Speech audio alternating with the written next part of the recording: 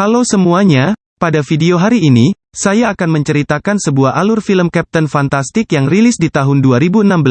Film Captain Fantastic sendiri, merupakan film drama komedi, yang ditulis dan disutradarai oleh Matt Ross, yang menceritakan tentang keluarga yang hidup di tengah hutan, di mana sang ayah yang bernama Ben, mencoba mendidik keenam anaknya yaitu Boo, Kyle, Phelps, Rel, Zaya, dan Nye, yang dibesarkan hidup di tengah hutan oleh ayahnya, di tengah kehidupan modern yang semakin tidak terkontrol. Berikut ini adalah alur filmnya. Di awal film, kita diperlihatkan dengan suasana hutan, di mana pepohonan tumbuh lebat secara alami dan air sungai mengalir dengan tenang. Kemudian, seorang pria muda bernama Boo menancapkan pisaunya ke leher seekor rusa, dan seketika itu pula hewan tersebut mati. Kemudian Ben ayahnya muncul bersama 5 anak-anaknya yang lain. Ayahnya menyuruh Boo memakan hati rusa tersebut mentah-mentah, sebagai tanda bahwa ia telah dewasa. Mereka pun pulang dengan membawa hasil buruan mereka, dan memasaknya bersama di rumah mereka, yang berada di tengah hutan. Di sini mereka terlihat sebagai satu keluarga modern, yang memilih untuk hidup jauh dari hiruk-pikuk kehidupan perkotaan. Mereka kemudian dilatih oleh sang ayah, dengan berbagai macam latihan fisik, salah satunya bertarung 1 lawan 1. Ben juga membimbing mereka untuk belajar literatur, matematika, sejarah, dan ilmu pengetahuan lainnya. Di saat anak-anaknya terlihat bosan, dan tidak semangat untuk belajar, ayahnya mencairkan suasana dengan mengambil gitar, dan bermain musik bersama, diiringi oleh anak-anaknya, yang masing-masing memainkan alat musik yang mereka kuasai. Suatu hari setelah selesai pelatihan, kedua putrinya Phelps dan Kyle, menanyakan tentang ibunya, yang kunjung tak ada kabar selama 3 bulan terakhir kepada ayahnya. Ayahnya menjawab, bahwa ibu masih dirawat di rumah sakit, dan harus menjalani pengobatan medis. Mereka pun kembali menanyakan tentang statement ayahnya dulu, yang menyatakan rumah sakit hanyalah tempat orang sehat yang ingin mati, yang seolah-olah merendahkan rumah sakit. Ayahnya hanya menjawab, bahwa kondisi yang dialami ibunya berbeda. Dan ia langsung pergi bersama Boo, menaiki bus pribadi mereka untuk pergi ke kota, mencari kebutuhan sehari-hari.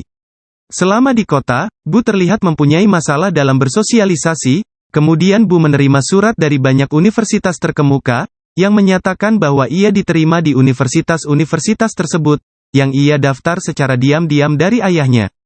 Ben tiba-tiba menerima kabar dari mertuanya, yang mengatakan bahwa istrinya tewas bunuh diri di rumah sakit. Diakibatkan penyakit mental bipolar yang dideritanya. Butuh waktu 1 hari untuk Ben bisa siap memberitahukan kabar duka tersebut kepada anak-anaknya. Saat ia memberitahukannya, anak-anaknya langsung menangis dan terpukul, mendengar ibunya telah tiada. Salah satu anak laki-lakinya yaitu Rel mengambil pisau, dan berniat untuk menusuk ayahnya. Namun, ia mengurungkan niatnya, dan beralih melampiaskannya dengan menusuk-nusuk lemari kayu yang ada di belakangnya. Ia kesal karena ayahnya tidak mengizinkan mereka untuk menemui ibunya selama ia sakit. Ben kemudian menelpon ayah mertuanya, untuk mengatakan agar pemakaman istrinya sesuai wasiatnya yang telah ia bicarakan dulu kepada Ben. Yaitu, dengan membakar jasadnya dan membuang abunya ke kloset toilet. Ayah mertuanya tidak mempercayai apa yang Ben katakan. Ia menegaskan, bahwa pemakaman putrinya sama seperti pemakaman pada umumnya. Yaitu, dengan cara dikubur. Di pagi hari, Ben terkejut ketika ia bangun tidur, melihat tempat tidur anaknya yang kosong. Ternyata, mereka sudah bersiap-siap untuk berangkat ke pemakaman ibu mereka. Namun, Ben melarang mereka untuk pergi, mereka malah disuruh untuk latihan memanjat tebing, yang membuat mereka kesal dengan ayah mereka. Di tengah-tengah memanjat, tiba-tiba terjadi suatu insiden yang menyebabkan tangan Rel terkilir, ayahnya menyuruh Rel agar tetap memanjat dan memerintahkan anaknya yang lain untuk tidak membantu Rel. Ayahnya mengatakan kepada Rel, bahwa dalam kejadian sesungguhnya, tidak akan ada orang secara tiba-tiba menolongnya. Setelah selesai pemanjatan, sang ayah pun mengobati Rel dengan membalutkan perban di tangannya yang terkilir. Pada keesokan harinya, Ben memberikan kejutan kepada anak-anaknya dengan memperbolehkan mereka untuk datang ke pemakaman ibunya bersama-sama, yang tinggal 4 hari lagi. Mereka mengendarai bus milik mereka untuk sampai ke pemakaman ibu mereka, yang bertempat di suatu kota di negara bagian New Mexico, yang lumayan jauh dari tempat mereka tinggal. Di perjalanan saat ayah mereka mengambil uang di bank, mereka merasa heran sekaligus lucu, saat melihat banyak orang di bank, yang mengalami obesitas. Kemudian, mereka singgah di suatu restoran, di mana mereka sangat tertarik dengan daftar menu yang ada di restoran, yang menyediakan makanan cepat saji tersebut. Seperti hamburger, hotdog, milkshake dan sebagainya, yang tentu saja asing di telinga mereka. Namun, wajah antusias mereka seketika hilang saat ayah mereka menyuruh mereka pergi dari restoran tersebut. Dengan mengatakan kepada anak-anaknya, kalau restoran tersebut tidak menyediakan makanan di menu mereka.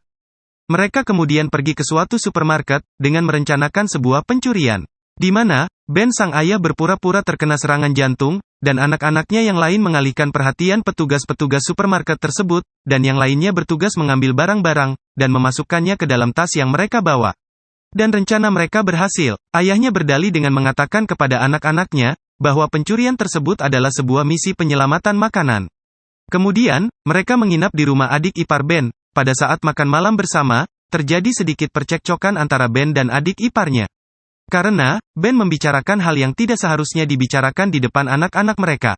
Adik ipar Ben kemudian kebingungan, melihat anak-anaknya Ben yang memilih tidur di luar rumah. Padahal, ia telah menyiapkan tempat tidur untuk mereka.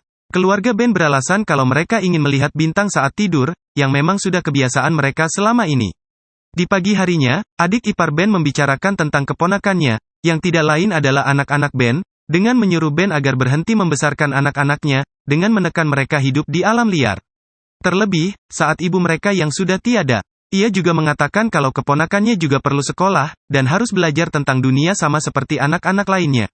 Kemudian, Ben memanggil kedua anak adik iparnya tersebut, yaitu Jackson dan Justin, untuk menjelaskan apa yang dimaksud dengan Undang-Undang Hak Asasi Manusia di Amerika Serikat. Jackson yang merupakan pelajar SMP pun menjawab ngelantur, dan Justin yang merupakan seorang pelajar SMA, menjawab dengan kurang tepat. Kemudian Ben memanggil anak bungsunya, yang baru berusia 8 tahun, yang bernama Zaya. Zaya pun menjawab dengan tepat dan sangat detail. Adik iparnya pun akhirnya bisa mengerti. Dan besoknya pun mereka pergi melanjutkan perjalanan. Saat di pemberhentian, Bu tiba-tiba melihat gadis yang menarik perhatiannya, hingga mereka pun berkenalan. Dan gadis tersebut bernama Claire, mereka pun semakin dekat, walaupun gaya bicara Bu terlihat aneh dan sulit dimengerti oleh Claire. Namun Claire terlihat menyukainya. Ketika melihat ibunya Claire, Bu pun tiba-tiba langsung melamar Claire, yang membuat Claire dan ibunya menertawakannya. Besoknya pun Ben dan anak-anaknya kembali melanjutkan perjalanan, terlihat Bu begitu murung ketika harus berpisah dengan Claire. Singkat cerita, acara pemakaman ibu mereka pun tiba. Di saat suasana sedang berkabung, dan orang-orang di gereja sedang bersedih mendengar pidato dari pendeta. Tiba-tiba, Ben dan anak-anaknya datang dengan pakaian aneh dan nyentrik, hingga mereka menjadi pusat perhatian. Tidak lama kemudian Ben memotong pidato dari pendeta.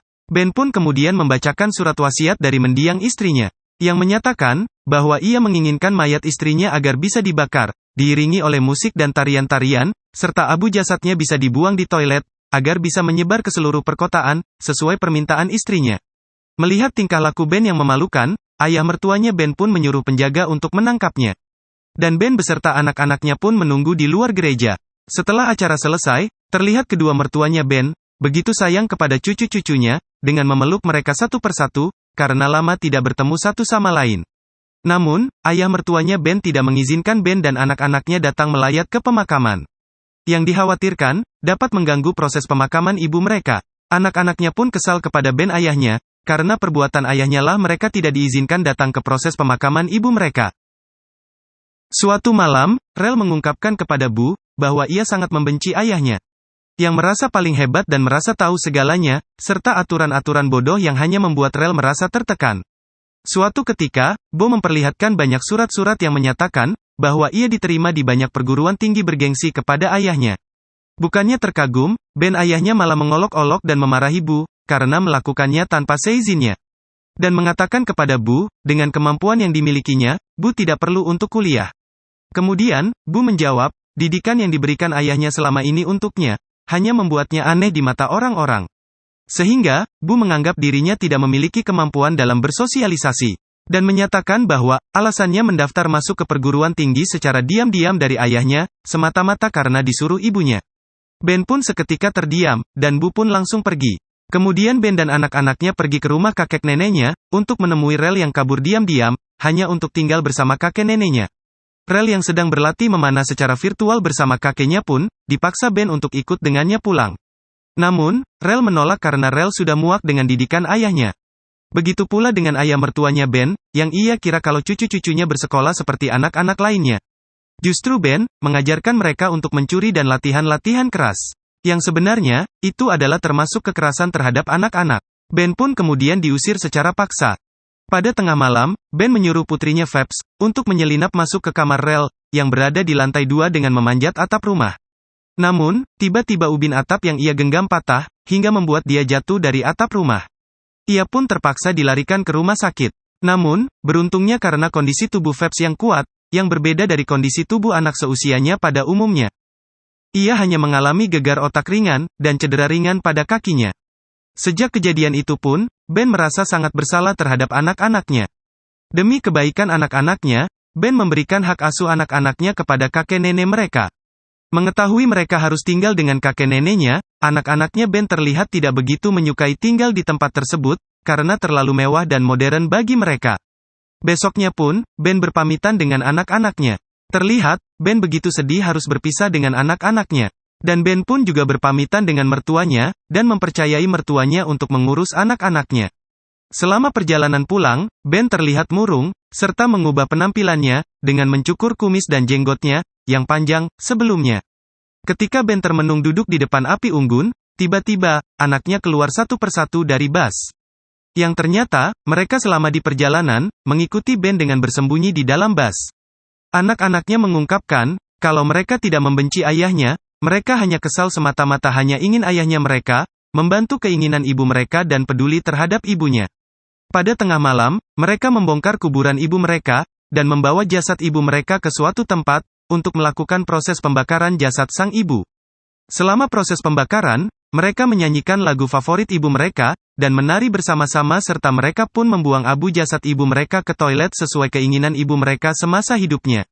Dan di akhir film pun, Bu berpamitan dengan keluarganya untuk berkuliah di luar negeri. Dan mereka pun kembali tinggal jauh dari keramaian kota, dengan berkebun dan beternak untuk kebutuhan mereka sehari-hari, serta menjalani hari-hari biasa tanpa canggung, dan kesal satu sama lain. Dan film pun, selesai. Tanpa berpikir panjang, saya berani mengatakan, bahwa film ini sangat bagus dan layak untuk ditonton secara langsung, bagi kalian yang rindu akan film tentang keluarga, pendidikan, cinta, nilai-nilai universal dari kehidupan dan filosofis.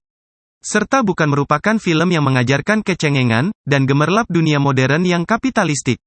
Serta, film ini pun syarat dengan nilai-nilai pendidikan, dengan tanda kutip, pendidikan dalam arti yang sebenarnya.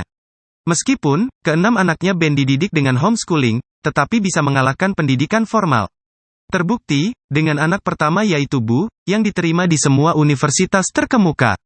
Mungkin cukup sekian, untuk video pada hari ini, sampai jumpa di video selanjutnya.